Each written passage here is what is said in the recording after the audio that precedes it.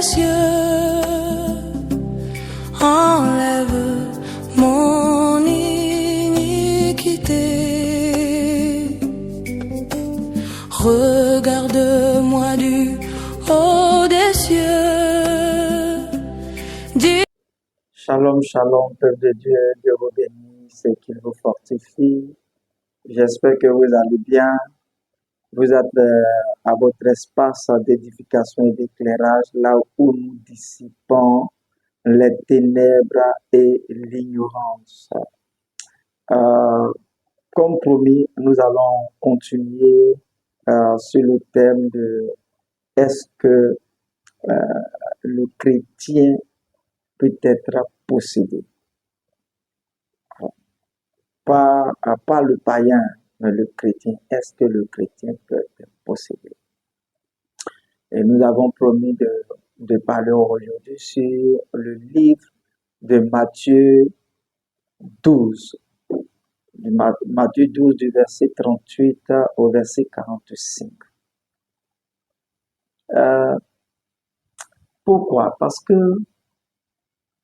il y a des sujets qui ne doivent même pas amener les chrétiens à discuter. Si on s'en tient, nous tous, aux Écritures, si on tient compte des Écritures, on ne doit pas discuter. Parce que Jésus a parlé, les apôtres ont parlé, et ils ont dit la même chose concernant un enfant de Dieu, concernant un chrétien, concernant quelqu'un qui est en Christ, celui qui a le Saint-Esprit. Ils ont dit la même chose. Nulle part, ils n'ont dit le contraire, qu'un enfant de Dieu serait possédé, qu'un chrétien serait possédé, que celui qui est en Christ serait possédé. Nulle part. Alors, nous allons aujourd'hui voir ce que Jésus a dit. Voilà, concernant la génération qu'il a trouvée. Et la Bible dit à partir de Matthieu le chapitre 12, verset 38, parce que c'est le contexte de ce que nous allons dire part du verset 38 jusqu'au verset 45. Parce que les versets on ne doit pas isoler un verset puis donner une interprétation. On doit interpréter un verset selon le contexte. Voilà. Donc, dans le contexte de est-ce que quand Jésus a dit le démon a été chassé, il est parti dans les lieux arides, et puis bon, il n'a pas trouvé une maison, il est revenu et il est allé chercher cet autre démon pour venir reposséder la personne, en fait, cette maison. Ce contexte n'a pas d'où. Il part à partir du verset 38. Et qu'est-ce qu'il dit? Il dit, les scribes et les pharisiens sont venus lui poser une question pour dire, est-ce que tu ne peux pas faire un miracle? Jésus a dit non. On ne peut pas vous donner un autre miracle si ce n'est le miracle de Jonas, où il a été avalé par un gros poisson, un grand poisson, et après 3 jours et 3 nuits, il a été vomi par le poisson. C'est ce miracle-là qui vous sera donné parce que vous êtes une génération méchante. Il dit méchante et adultère. Pourquoi? Parce qu'ils ont laissé Dieu. Ils sont méchants parce que ils n'ont pas reconnu ce que Dieu a fait dans leur vie depuis leurs ancêtres jusqu'à eux. Et ce Dieu-là s'incarne, prend la forme humaine, il vient dans le but de pouvoir mourir pour leurs péchés et il le réunit. Ils sont méchants, ils sont adultères parce qu'ils ont préféré un autre Dieu que eux, que le Dieu qui les a délivrés depuis l'Égypte et qui a marché avec leurs ancêtres. Donc, il dit, ne vous sera pas donné un autre miracle que le miracle de Jonas. Et il poursuit, il dit, mais je vous jure, au jugement là, la reine la reine je vais dire la reine de Saba, la reine se lèvera et elle vous condamnera. Pourquoi? Parce qu'elle a quitté les extrémités de la terre pour venir écouter la sagesse de Salomon. Mais ici, vous avez plus que Salomon. Parce que celui qui a donné la sagesse à Salomon était en face d'eux. Et c'était Christ.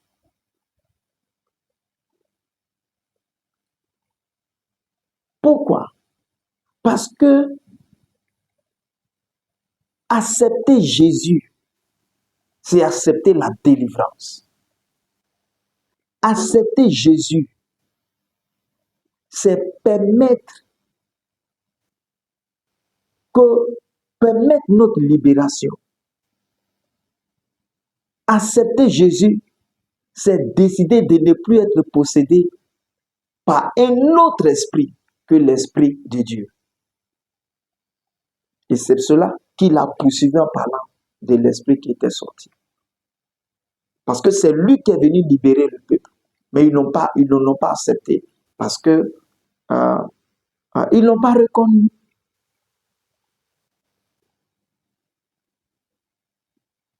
Pourquoi ils ne l'ont pas reconnu? Parce qu'ils avaient voulu garder Moïse, avaient voulu garder la loi. Vous voyez? Et il dit, mais dans ce cas-là, vous serez repossédés. Parce que moi, je suis venu vous libérer. Mais la maison sera restée vide. Et quand je vais partir là, l'esprit qui vous a quitté va venir. Et quand il va voir que cette maison est vide, il va aller chercher 7 autres démons plus méchants que lui pour venir vous reposséder. Et votre condition sera pire. Vous comprenez? Donc Jésus dit à cette génération-là, pour ne pas, et même aux pharisiens, vous voyez, aux pharisiens et aux scribes, pour ne pas être possédés, c'est de l'accepter. Vous voyez qu'on peut prêcher la parole. On peut parler même de Jésus. Mais si ce n'est pas l'évangile, si ce n'est pas l'évangile de Christ,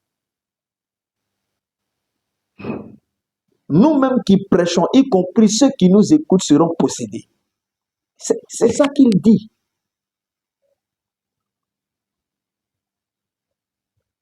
Donc, ceux qui ne peuvent pas être possédés sont ceux à qui on a prêché l'évangile. Donc, on en a écouté des messages sur des sorciers, des témoignages sur des sorciers, des messages sur Mami Wata, Papa Wata, Tonton Wata, des messages sur la sorcellerie, des messages sur des démons. Mais c'est normal que les gens soient possédés parce qu'ils n'ont pas reçu l'évangile. Et c'est normal que les gens tombent là-bas en longueur de journée parce qu'on ne leur a pas prêché l'évangile. Celui qui devait leur prêcher l'évangile a refusé de leur prêcher l'évangile. Pourquoi? Parce qu'il veut les manipuler. Il veut se servir d'eux. Il se sert de leur ignorance pour s'enrichir, pour s'embellir. C'est ça. Remarquez où on tombe le plus. On ne prêche pas Christ. C'est toujours les démons, les esprits des morts, les esprits d'eau, les esprits de forêt, les hôtels. C'est ce qu'on prêche. Comment ne pas dire qu'ils seront possédés? Mais c'est parce que vous leur prêchez autre chose que Christ. Des rêves. Tout ça là, on appelle ça des fables. C'est de la philosophie, c'est des raisonnements humains. Et ça ne délivre pas. Non seulement ça ne délivre pas, mais c'est que ça ne t'apporte pas la vie éternelle.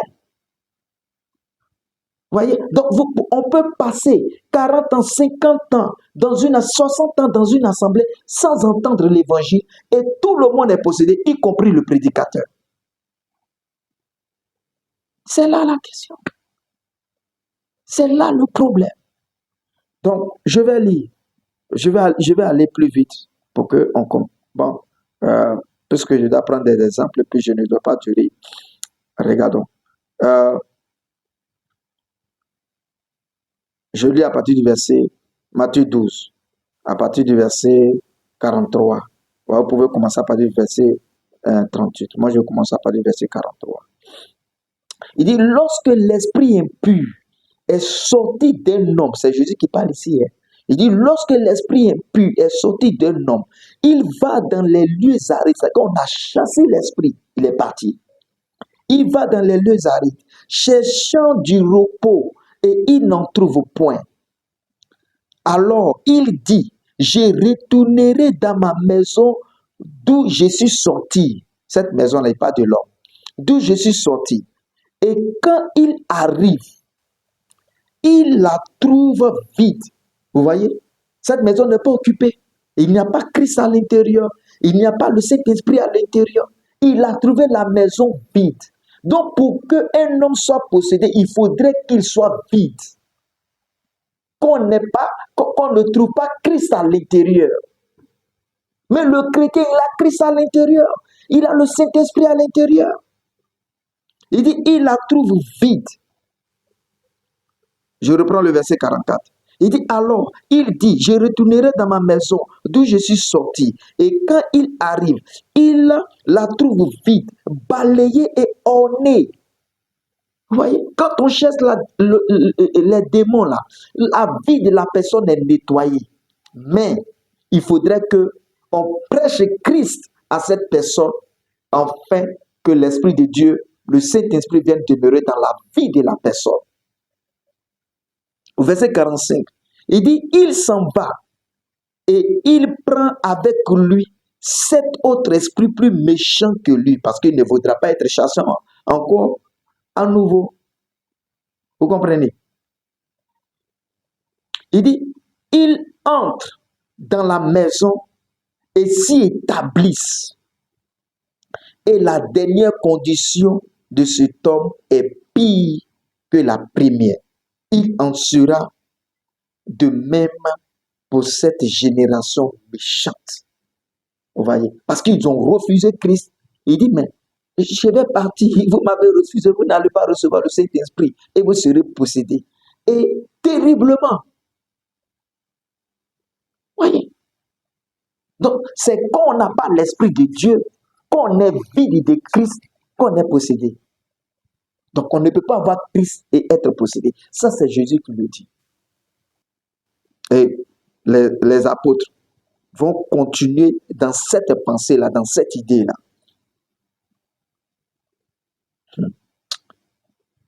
Vraiment, chrétiens, demeurons dans les Écritures. Colossiens 1, versets 12 et 13. Vous voyez, quand on a prêché l'évangile à quelqu'un, voilà ce que la Bible dit qu'il est, ou bien qu'il devient. Il dit, rendez grâce au Père qui vous a rendu capable d'avoir par l'héritage des saints dans la lumière, qui nous a délivrés. C'est au passé, c'est fini. Qui nous a délivrés de la puissance des ténèbres et nous a transportés dans le royaume du Fils de son amour. C'est que où nous sommes dans la lumière, là, il n'y a pas de démon qui peut rentrer là-bas. Ça, c'est l'apôtre Paul, conduit par l'Esprit qui répète ce que Jésus a dit. Et nous allons voir ce que Jean va dire. Jean, apôtre de Jésus, va dire. 1 Jean 3. À partir du verset 23 au verset 24. Il dit, et c'est ici son commandement, que nous croyons au nom du Fils Jésus-Christ. C'est-à-dire que le commandement de Dieu commence par l'acceptation de Christ. Parce que le chrétien en a deux, c'est accepter Christ et avoir l'Esprit de Dieu qui est l'amour. Parce que l'Esprit de Dieu est répandu dans notre cœur, l'amour de Dieu est répandu dans notre cœur par le Saint-Esprit. Romains 5:5. Donc il dit au verset 24, il dit, bon, je reprends le verset 23, 1 Jean 3. Il dit, et c'est ici son commandement, que nous croyons au nom du Fils Jésus-Christ, au nom de son Fils Jésus-Christ, et que nous nous aimions les uns les autres, selon le commandement qu'il nous a donné. Son commandement, c'est de nous aimer les uns les autres. Maintenant, tout chrétien a ce commandement-là. Tout chrétien a ce commandement. Pourquoi? Parce qu'il a le Saint-Esprit. L'amour de Dieu est répandu en l'intérieur de lui parce qu'il a le Saint-Esprit. Verset 24. Il dit, celui qui garde ses commandements demeure en Dieu. Vous voyez? Donc le chrétien demeure en Dieu. Donc pour qu'il soit possédé, il faudrait que le démon puisse pénétrer Dieu. Mais c'est être méchant. Ça, c'est être méchant. Est-ce que celui qui dit ça là, il est sorti de Dieu? Ça prouve que c'est un agent du diable. Il dit, celui qui garde ses commandements demeure en Dieu. Donc le chrétien demeure en Dieu et Dieu demeure en lui. Donc en lui aussi là, non seulement il est dans Dieu, mais Dieu en lui. Comment il peut être possédé? Comment il peut se posséder? À partir du moment où Dieu en lui, Dieu l'a rempli. Oh mon Dieu. En fait, le mal, c'est que les gens veulent se prêcher.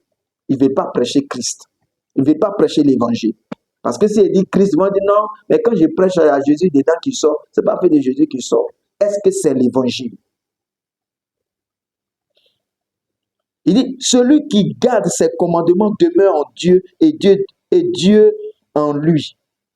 Et nous connaissons qu'il demeure en nous. Donc Dieu demeure en nous par l'Esprit qui nous a donné. Comment on peut être possédé? Comment on peut être possédé? Comment on peut être possédé? Et puis vous-même. Bon, moi je vous pose la question. Est-ce que quand quelqu'un est possédé là, il est chrétien? La deuxième. Si vous dites qu'il est chrétien, c'est qu'il est sauvé. Maintenant, est-ce qu'il peut être possédé et puis être sauvé en même temps? Ça veut dire qu'il a la vie éternelle puis il est possédé. Donc il va au ciel là-bas avec des démons. 2, 3. Est-ce que si vous dites que non, on ne peut pas être chrétien, on ne peut pas avoir la vie éternelle et être possédé, mais ce qui n'est pas chrétien, c'est que celui qui est possédé n'est pas chrétien. Celui qui est possédé n'a pas reçu l'évangile, il n'a pas la vie éternelle. C'est de ça qu'il est question. Le païen peut être possédé, mais celui qui a reçu Christ ne peut pas être possédé. Un point et beaucoup de points pour s'arrêter. Que Dieu vous bénisse au nom de Jésus. Amen.